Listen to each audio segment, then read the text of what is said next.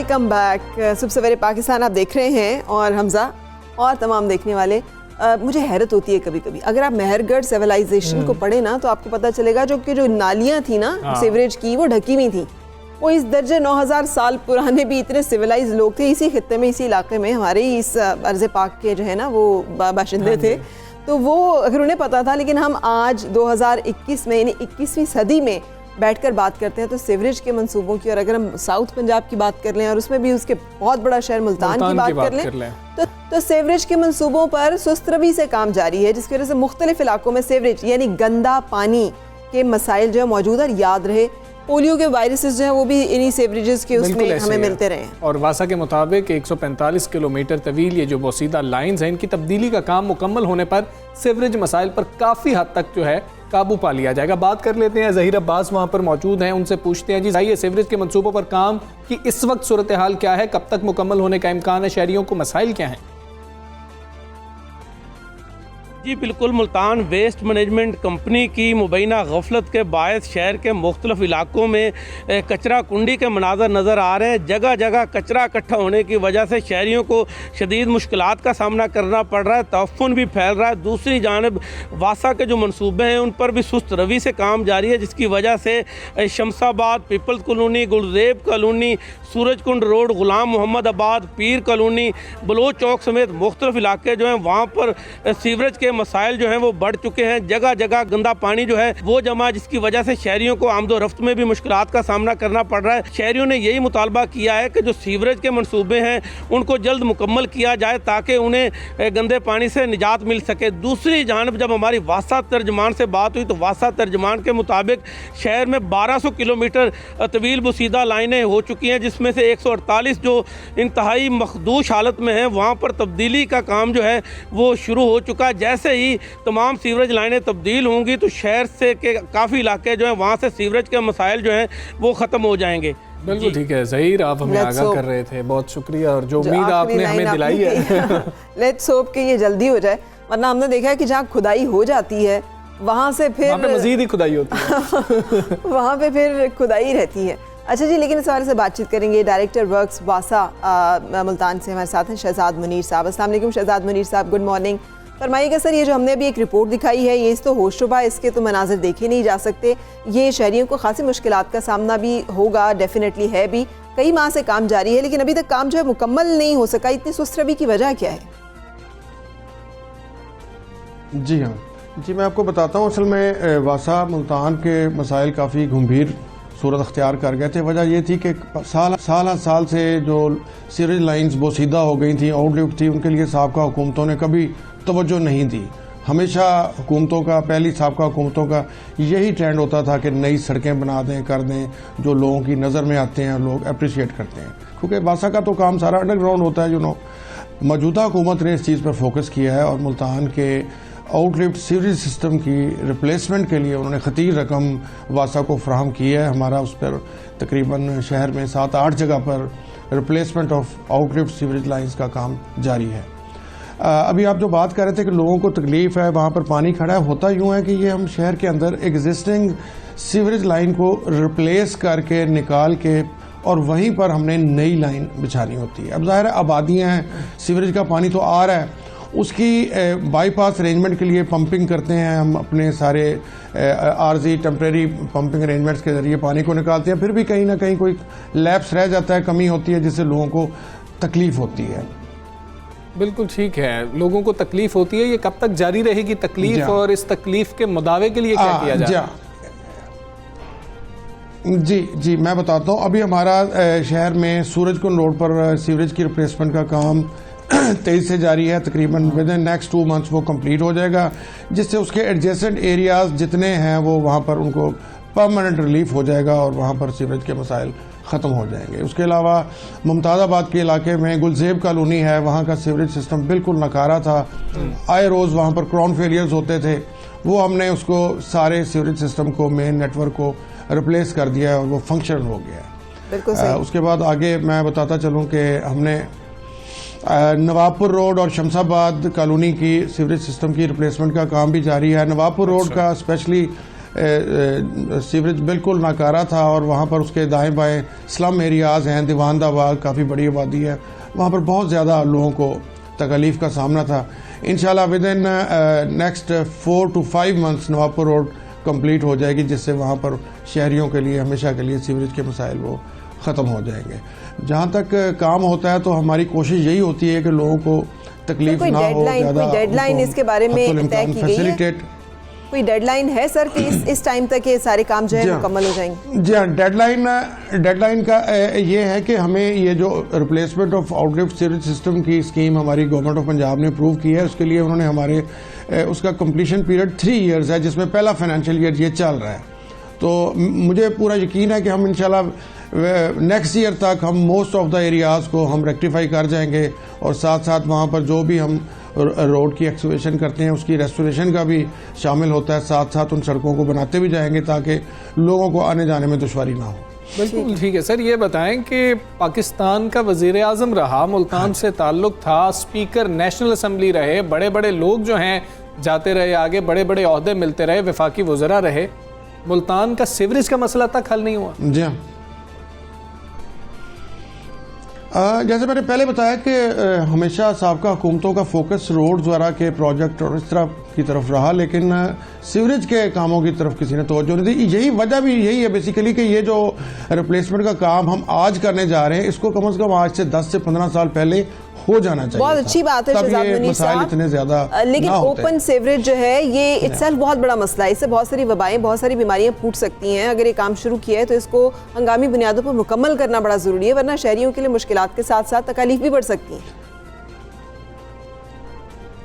बिल्कुल आप सही कह रही हैं, लेकिन देखिए ये रिप्लेसमेंट का जो काम है ये बड़ा डिफिकल्ट होता है। शहर के अंदर एग्जिस्टिंग सर्विसेज लाइंस मौजूद होती हैं, नीचे सुई गैस की लाइन है, PTCL का नेटवर्क, ऑप्टिकल फाइबर, उनको भी बचाना होता है। फिर पुरानी लाइन बाज़ जगह पर 30 फीट डेप्थ तक पर वो पड़ी हुई है और 35 साल पुरानी, उसको वहाँ से निकालने के अंदर ही बहुत ज़्यादा टाइम लगता है और बड़ी ज़्यादा एफर्ट करनी पड़ती है। तो उसमें मतलब एक जिस तरह मैंने आपको बताया कि अगला नेक्स्ट फाइनेंशियल ईयर तक हमें ये टाइम दरकार होगा कि हम ये मोस्ट ऑफ द लाइंस को रिप्लेस कर जाएं और नेटवर्क को सक्सेसफुली चला जाएं। लेकिन मरलावार जहाँ जहाँ काम होता जाएगा उस इलाके के लोगों को रिलीफ मिलता जाएगा। जैसे मैंने सूरजकुंड रोड की बात की है, वहाँ पर काफ़ी ज़्यादा। Thank you so much Shahzad Munir sahab हमारे साथ थे, डायरेक्टर वर्क्स वासा। इस पूरी सिचुएशन पे आप क्या कह सकती हैं? हो नहीं जाता, करना पैंदा।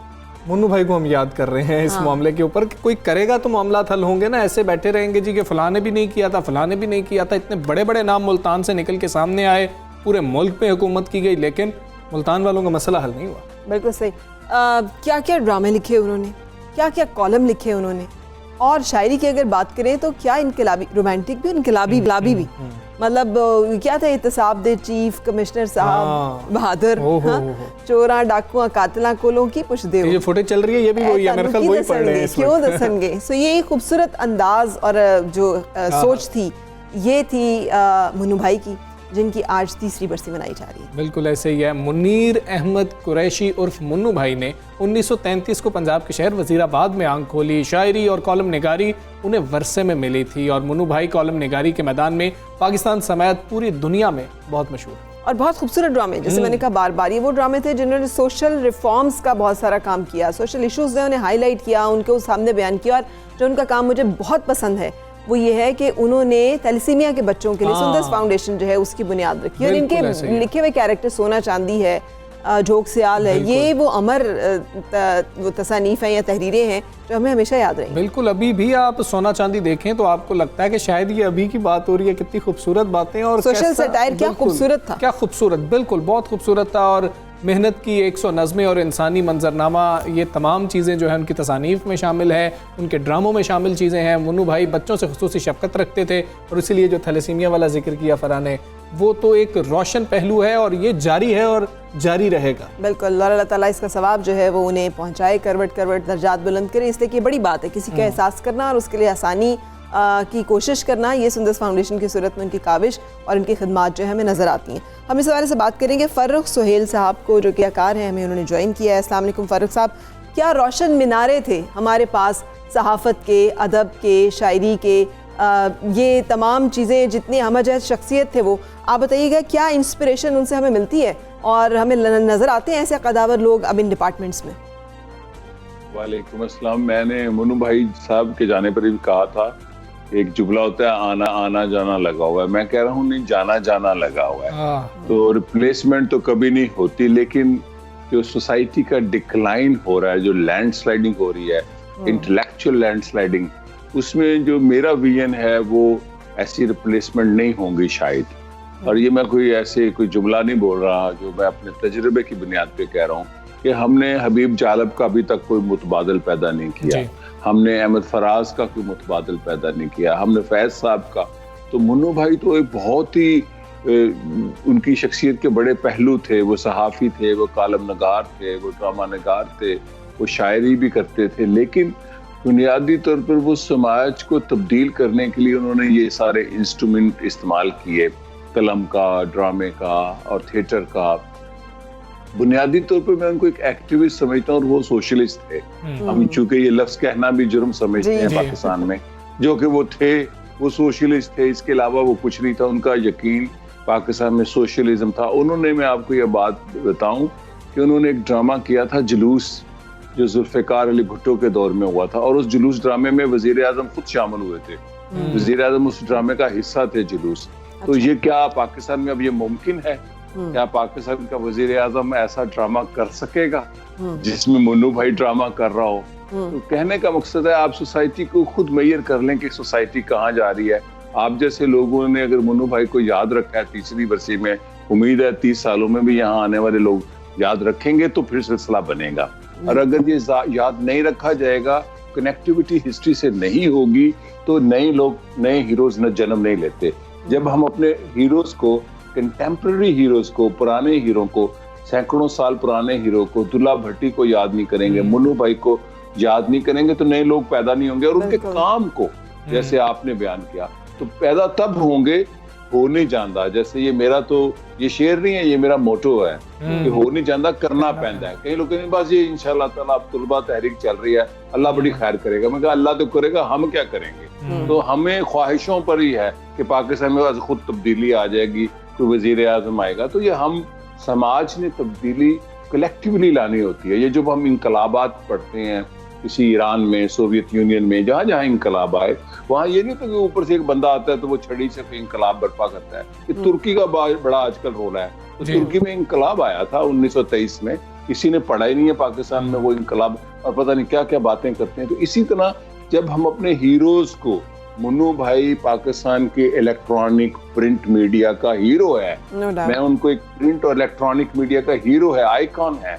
और उन्होंने क्या काम किया, हम जब उस जहत पे काम करेंगे, जब हम उस तर्ज पे काम करेंगे, और ये जो जुमला होता है ना जी, वो सादा बड़ा है, वो करप्ट नहीं, ये भी कोई चीज नहीं है, ये बेचने वाली चीज नहीं है। सादा इंसान होता है।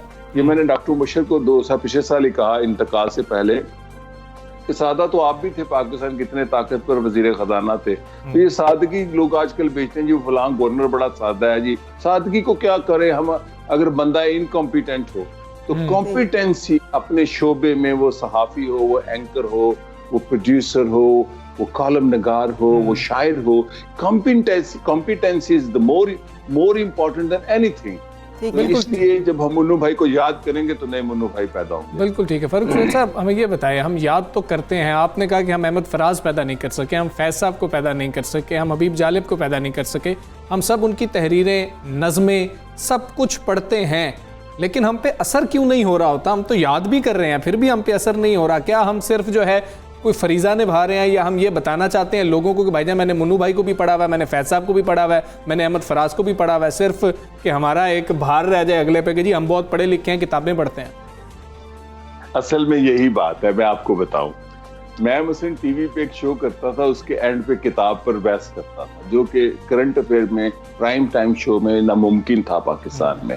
10 बजे का शो होता है, तो मैं पढ़ के करता था। आजकल मैं देखता हूँ कई लोग किताब पर बात कर रहे थे, ऐसे लगते हैं किताब बड़ी अच्छी है, किताब खूबसूरत है, फलां पब्लिशर, पढ़ी कोई नहीं होती। क्योंकि हम एक किसको, पंजाबी का लफ्ज है बड़ा खूबसूरत, अक्स डाल रहे होते हैं। हमारा सारा काम फेक हो गया है, हम उसको अडॉप्ट नहीं करते। देखें सूफिया कराम की जो सबसे बड़ी खूबी थी, वो तबलीग नहीं थे करते, वो खतीब नहीं थे, वो खुतबे नहीं थे देते, वो लंबे लंबे लेक्चर और तकरीरें और मोटिवेशनल स्पीकर नहीं थे, वो अमल करते थे अपने ऊपर। तो जब हम अमल करेंगे, आजकल हमारे टीवी शोज में मैं देखता हूँ ये प्रोग्राम है जी, बड़े घरों की लोगों में जाते हैं कि बड़ा घर कितना बड़ा है, तो वो मैं हैरान हो जाता हूँ। एक तरफ हमारा मीडिया कहता है जी फलां सारे लीडर बड़े घर में रहते हैं, इमरान खान, नवाज शरीफ रहता है, बिलावल भुट्टो रहता है, तो आप बड़े घरों को आइडलाइज कर रहे हैं ना। मैं परसों भी देख रहा था, बुरी बात नहीं है। क्या आप ये ढूंढेंगे लाहौर में कि बड़े लोग छोटे घरों में कितने रहते हैं? ये मैं बड़ी बात कर रहा हूँ। खबर तो ये है कि बड़े लोग छोटे घरों में रहते हैं। ये प्रोग्राम होना चाहिए। तो ये हमारी सोसाइटी का ये है सवाल। वही ना, ढूंढ उजड़े हुए लोगों में वफा के किस्से, ये खजाने तुझे मुमकिन है खराबों में मिले। तो आप वही बात कर रहे हैं। बताइएगा, लोग तो किताब दोस्त रहे नहीं। अब हमने देखा है कि लोगों ने किताबें सजाई होती हैं और जाहिलों की सी गुफ्तगू फरमा रहे होते हैं, और वो जो गुफ्तगू है वो उसमें इल्मियत का बिगाड़ भी होता है, उस पर दावा भी होता है। तो ये जो मुआशरती जिस तनज़ुली की बात आप कर रहे हैं, जिसकी बात हम लोग कर रहे हैं, इसका कोई आपको हल दिखाई देता है? हल है, बिल्कुल। देखिए, जो इलेक्ट्रॉनिक मीडिया है, जो प्रिंट मीडिया है, जो पॉलिटिक्स है, ये तीन बड़ी स्ट्रॉन्ग फील्ड होती हैं समाज को बदलने के लिए। अगर हम इन मीडियाज में, पॉलिटिक्स के मैदान में, सहाफत के मुख्तलिफ शोबे हैं, सोशल मीडिया पे, मतलब मैं सोशल मीडिया पे पुराना एक्टिविस्ट हूँ। लोगों को पता नहीं, 2008 में मैंने यूट्यूब चैनल बनाया। मेरा दिल टूट गया कि मैं सच बोलता हूँ, वो कबूल नहीं। एक फेक सी कहानी ले आएंगे। एक वो एक फराडिया था जिसने शेर पाँव में बैठाया होता है, वो जाके एक आलतिन को ले आता है, वो लोगों का अर्तुगरुल वही है। उसको जो लोग ज्यादा पसंद करते हैं, झूठ को, ख्वाब को, सहर को, शराब को। तो समाज को हमने कायल करना है कि सच सुने, सच पढ़ें, इल्म सुने, इल्म पढ़ें, तो सोसाइटी तब बदलेगी। ये किताबों के सिर्फ जिक्र करने में, अक्सर किताबों के प्रोग्राम देखता हूँ, आजकल एक फैशन है, कोई नहीं पढ़ी होती। वो कह रहा होता है जी किताब बड़ी खूबसूरत छपी है, किताब बड़ी दीदा से, कंटेंट नहीं पढ़ा होता। मतलब मैंने परसों एक बहुत बड़े गुलकार का प्रोग्राम देखा। मैं देखता हूँ, एज ए स्टूडेंट देखता हूँ कि सोसाइटी में क्या हो रहा है। उसने कहा मेरे घर में परफ्यूम बहुत है, मेरे घर में घड़ियां बोल रहे हैं, किताबें कहीं नहीं थी, और वो कह रहा था मैं बड़ा इल्म दोस्त हूँ। तो मैंने दिल में सोचा कभी ये मेरे घर में आए चंद मरले के, तो मैं इनको दिखाऊं कि घर में किताबें रखने की जगह नहीं है। तो ये जो सोसाइटी होती है, कभी सोसाइटी बड़े घरों वाले नहीं बनाते, सोसाइटी बड़े इल्म वाले लोग बनाते हैं। मुन्नू भाई का घर बड़ा नहीं था, मुन्नू भाई का घर जैसे बना वो भी एक कहानी है, लेकिन उसका जो घर का जो पूरा मरकज था, उसके जहन से और दिल तक जो था, वो इल्म से मुनव्वर था। और उन्होंने सोसाइटी में जो कंट्रीब्यूट किया, जैसे आपने, हमारी एंकर साहिबा ने भी बताया कि वो कैरेक्टर देखे, सोना चांदी आज भी जिंदा है। क्यों? इतना ताकतवर कैरेक्टर वो दे गए सोसाइटी को। उनका ड्रामा जो जजीरा था, जो झोंक सियाल था, वो इतना ताकतवर है कि अगर आज जजीरा ड्रामा लगाया जाए तो लोग चौंक जाएंगे। पाकिस्तान में आज से 40-50 साल पहले ये ड्रामा बना था। तो ये चीजें हैं, सोसाइटी बदल सकती है। मैं ऑप्टिमिस्टिक हूँ, हमारे यहाँ अच्छे लोग हैं, लेकिन हमें वो ट्रेंड बनाने पड़ेंगे। बिल्कुल ठीक है। ये बताइएगा कि सर, ये भी देखा जा रहा है कि ये बड़े नाम हैं, इनको बहुत कम लोग हैं, या एक तबका है, महदूद सा तबका है, वो इनको कोई बहुत बड़ी चीज़ भी समझता है और इनको फॉलो भी करना चाहता है कि जी कि इनको फॉलो करना चाहिए, इनके पास कोई नज़रिया है, इनके पास कोई सोच है। लेकिन मेजॉरिटी एंटरटेनर समझती है। ये क्यों ऐसा हो गया कि हमारे शौहरा कराम एंटरटेनर बन गए? आज हम उनको एंटरटेनर समझते हैं, एंटरटेनमेंट की, यार फलां ने बहुत कमाल किया, उसके बाद भूल गए। यही बात है। परसों एक क्लिप था जो हमारे एक दोस्त थे, असलम रहील मिर्जा, एक एक्टिविस्ट थे, तरक्की पसंद, 70-80 साल वो एक्टिविस्ट रहे, साइकिल पे घूमते थे। वो एक गाना सुन रहे हैं, रफी का बहार और फूल बरसाओ, तो लोगों ने उसको शेयर किया, मेरी बहनों ने भी अमेरिका में कहा हो ये कौम सिर्फ इसका चस्का लेगी इस कैरेक्टर का कि बाबा जी एक है बूढ़े 80-90 साल के, वो गाना सुन रहे हैं। ये है वो चस्का मेंटालिटी हमारी, ये तमाशबीन कल्चर इसको कहते हैं। मैं खुल के कहूँ, हमारी सोसाइटी का तमाशबीन कल्चर। मैंने कहा ना, अब मैं असलम रहील मिर्जा की सोशल मीडिया पे तारीख लिखूंगा। जब मैंने तारीख लिखी तो अच्छा, मैंने कहा वो जो बहार और फूल बरसाओ मेरा महबूब आया है, वो सोसाइटी को बदलने का जो उसका ख्वाब था वो उससे मंसूब है।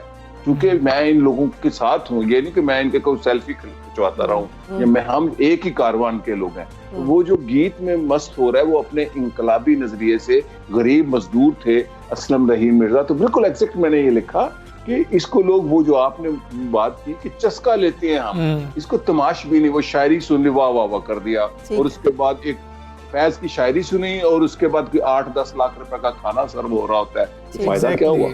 ठीक है फारूक साहब, ये जिस दौर की आप बात कर रहे हैं सर, इस दौर में तो साइकिल पे जाना, छोटा घर होना, गुर्बत और सादगी जो है ये तुर्रा इम्तियाज़ होते थे किसी भी सहाफ़त का। आज तो सहाफ़ी वही है जिसने 6 महीने में 4 कनाल का घर बना लिया है और इतनी बड़ी गाड़ी ले ली है। आज तो मयारी यही है। तो ये जो मयारी से बाजारी तक का सफ़र है, आप उसमें क्या समझते हैं कि कहाँ पे ब्रेक लगेगी और कैसे रिवर्स हम जाएंगे उस प्रोग्रेशन की तरफ जिसका आप जिक्र कर रहे हैं? ये बड़ी अहम बात है। देखें, मैं उस बंदे को ऑनेस्ट मानता हूँ जिसके पास पावर हो और वो करप्ट ना हो, यानी कि बड़ा एंकर हो, बड़ा सहाफ़ी हो, वजीर रहा हो। पाकिस्तान में सबसे पहले एंटी करप्शन का बाकायदा इंस्टीट्यूशन जो बना था पॉलिटिकल लेवल पे, तो एंटी करप्शन कमेटी थी। मलिक कासिम होते थे मुस्लिम लीग के, बेनजीर भुट्टो के साथ कोलिशन पार्टनर थे MRD की वजह, उन्होंने बनाई, मैं भी उस कमेटी में था। तो मैं उस बंदे का नाम नहीं लूंगा, एक बंदे को जानता हूँ जिसने सियासत किया है, जो टीवी एंकर रहा है, जो कॉलमिस्ट है, जो बहुत कुछ करता है, उसका अपना कोई अदारा भी है, लेकिन रहता वो 5 मरले में है। हीरो वो होना चाहिए सोसाइटी का जिसने सारी पावर होने के बावजूद वो 5 मरले के मकान में रहता है, लेकिन सोसाइटी का जो मीडिया हीरो उसको बना रहा है जो 10 कनाल के घर में रहता है, जिसका बेसमेंट में वो स्विमिंग पूल है। हम चौंक जाते हैं। और वो बंदा 100 मुल्क घूमा हुआ है, ये भी बात है। उसने ये सारी चीजें बचपन में देखी हुई हैं, क्योंकि उसने जो अपने सफर किए या उसने जो किताबें खरीदी उसमें वो 4 डिफेंस के घर बना सकता था। तो हम खोज नहीं लगाते, अपनी सोसाइटी को खोजने का कल्चर नहीं है। हम बिल्कुल सतही सी चीजों पे है। हमारे जिसको कहते हैं ना, हमारे ईमान में फर्क है। हम कहते कुछ हैं, मुन्नू भाई का शेर जरूर सुनेंगे, लेकिन साथ रिश्वत भी देंगे, वो जो रिश्वत के खिलाफ कह रहे हैं। बिल्कुल, ये भी फरमा दीजिएगा सर, ये भी वक्त चुके कम है, सॉरी माजरत बात काट रही हूँ, कि उन्होंने सिर्फ कहा नहीं, उन्होंने किया भी है। वो चाहते तो सुंदस फाउंडेशन ना भी बनाते तो भी उनका काम जो है वो, उनके कारनामे बेहद थे, लेकिन उन्होंने सिर्फ तबलीग नहीं की, उन्होंने सिर्फ लोगों को तरवीज नहीं की, उन्होंने वो करके भी दिखाया कि करना भी है। एग्जैक्टली, वो दरवेश थे, और दरवेश अमली होता है, सूफी होता है। वो चाहते सुंदस फाउंडेशन के बगैर अपनी सहाफत से करोड़ोंपति बल्कि अरब के करीब हो जाते, पैसे की लिमिट, जैसे आपने कहा। क्योंकि मैं तो अक्सर कहता हूँ पाकिस्तान में बड़ा एंकर वो है जो ज्यादा तनख्वाह लेता है, वो नहीं है जिसके पास ज्यादा इल्म है। तो इसलिए मुन्नू भाई अगर चाहते तो करोड़ोंपति सुंदस फाउंडेशन से पहले भी हो जाते। उन्होंने जेलों के बच्चों के लिए भी काम किया है, लोगों को पता नहीं है। वहां भी उन्होंने स्कूल बनाए जो जेलों में बच्चे होते हैं, छोटे जो पैदा होते हैं और जो वहां के कैद होते हैं। तो उन्होंने जो काम किया उसको बेचा भी नहीं है आके। बिल्कुल ठीक है, उन्होंने बेचा भी नहीं। फारूक सुहेल साहब, बहुत शुक्रिया आपका। सुबह सवेरे पाकिस्तान आप बात कर रहे थे और मुन्नू भाई के हवाले से हम आज बात कर रहे थे। सो जब तक हमारे पास ऐसे रोशन मिसालें मौजूद रहेंगी जिनको हम देख सकते हैं और जिनकी तकलीद करने की कोशिश कर सकते हैं, लेट्स होप एंड विश के बेहतरी की गुंजाइश जो है वो रहे और हम सही और गलत में फ़र्क करते हुए सही को फॉलो करें। बिल्कुल जी, हम दोनों को इजाज़त दीजिए, वक्त खत्म हुआ। अल्लाह हाफ़िज़।